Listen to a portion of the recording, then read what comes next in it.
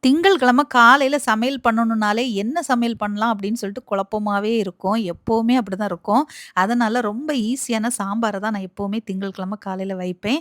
இன்னைக்கும் அப்படிதான். நாளைக்கு வைக்கிறதுக்கு இன்னைக்கு ராத்திரி வந்து காய்கறி வாங்கிட்டு வரதுக்கு வீட்டுக்காரங்கள சொல்லி அனுப்பியிருந்தேன். சொன்ன மாதிரியே எல்லா காய்கறியும் வாங்கிட்டு வந்துட்டாங்க. நல்ல ஃப்ரெஷ்ஷான காய்கறி தான். வெட்டு மரக்கறி சாம்பாருக்குன்னு தனியா வெட்டி குடுப்பாங்க. அதில சொரக்காவும் எக்ஸ்ட்ரா இருந்தது. என்னடா சொரக்காவும் போட்டுருக்காங்க சாம்பாருக்கு அப்படின்னு பார்த்தேன். ஆனா சாம்பாருக்கு போடும்போது ரொம்ப டேஸ்ட்டா இருக்கும். ஆல்ரெடி நான் சொரக்கா போட்டு சாம்பார் பண்ணியிருக்கேன். யாருக்கெல்லாம் அந்த சொரக்கா பிடிக்கும் அப்படின்னு சொல்லுங்க. சரியா? அப்படியே பார்த்தீங்கன்னா, ரொம்ப டயர்டு இன்னைக்கு. நெறைய ஆர்டர் எனக்கு குடுத்துருந்தீங்க. அதுக்கே ரொம்ப நன்றி சொல்லணும். தொடர்ந்து இன்னைக்கு காம்போ ஆஃபர் இருந்ததுனால, கொஞ்சம் கூட ரெஸ்ட் இல்லாம இன்னைக்கு ஃபுல்லுமே ஆர்டர் எடுத்துட்டு ரொம்ப டயர்ட் ஆயிடுச்சு. அப்புறம் வீட்டுக்காரங்கள்ட்ட ஏதாச்சும் சாப்பிட வாங்கி குடுங்கன்னு சொல்லிட்டு சூடான காளான் வாங்கி குடுத்தாங்க.